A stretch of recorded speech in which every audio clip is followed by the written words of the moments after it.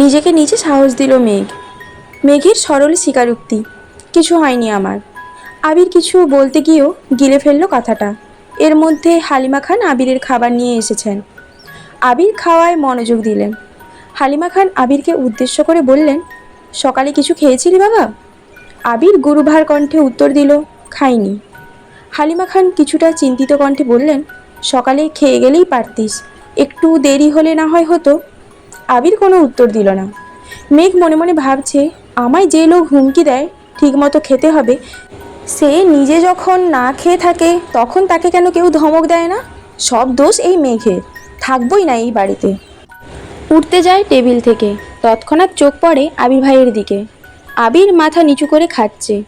এখন উঠতে গেলেই নিশ্চয়ই ধমক দিয়ে আবার বসাবেন, কে জানে আবার থাপ্পড়ি মারেন কিনা। এসব ভেবে মেঘ আবার বসে দ্রুতগতিতে খাওয়া শুরু করে। আবির ভাই রাগে এক প্রকার চিৎকার দিয়ে উঠলেন, এক থাপ্পড় দিব তোকে, এভাবে খাচ্ছিস কেন? মেঘ থমকে গেল। ধমক খেয়ে চোখ টলমল করছে তার। মুখের ভাতগুলো কোনো রকমে গিলল। মনে মনে ভাবল, আমাকে থাপ্পড় দেওয়ার এত ইচ্ছে আপনার? আবিরের থাপ্পড়ের ভয়ে দুদিন যাবৎ খাবার টেবিলে সবার সাথে খায় না মেয়েটা। কে জানতো এই দুপুরবেলা আবির ভাই অফিস থেকে বাসায় চলে আসবে? জানলে হয়তো আগে খেয়ে নিত, না হয় আবির ভাই খাওয়ার পর খেতে আসতো। কেন এই মানুষটা তার সামনে আসে, কেনই বা এত রাগ দেখায় ভেবে পায় না মেঘ। হঠাৎ মনে পড়ে যায় ঘুম থেকে উঠে বলা স্লোগানটা, মনের ওপর কারো হাত নেই। মেঘ ভয় পাবে না আবিরকে।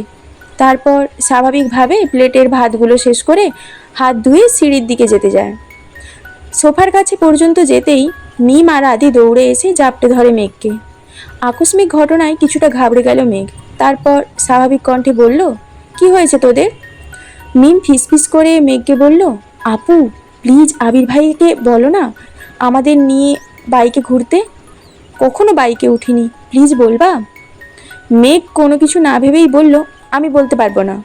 আদি বলল, প্লিজ প্লিজ প্লিজ আপু, আমরা বলার সাহস পাচ্ছি না, প্লিজ তুমি একটু বলো না প্লিজ।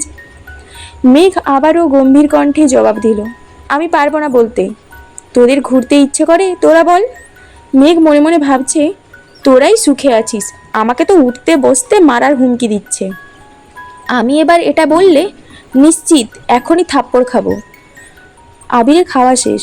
এদিকে আসতে দেখে মেঘ চাইল সে তাড়াতাড়ি রুমে চলে যাবে, কিন্তু আদি আর মিম আরও করুণ স্বরে বলছে, প্লিজ তুমি বলো না। এবার মেঘ রেগে কর্মট করে বলল, আমি বললাম তো পারবো না। মিম আর আদি যেন চুপসে গেল। মেঘ আর এক মুহূর্তও দাঁড়ালো না, সিঁড়ি দিয়ে উঠায় ব্যস্ত। আবির বিষয়টা লক্ষ্য করেছে। আবির আদিকে জিজ্ঞেস করলো, কাকে কি বলতে বলছিস ওকে? মিম শ্বাস টেনে সাহস নিয়ে বলল, ভাইয়া আমাদের আপনার বাইকে নিয়ে ঘোরাবেন প্লিজ। মেঘ সিঁড়িতে উঠতে উঠতে ফিসফিস করে বলছে, হিটলার নেবে বাইকে তোদের, সেগুড়ে বালি। আবির কণ্ঠ তিনগুণ ভারী করে উত্তর দিল, আমার বাইকে কাউকে উঠাবো না।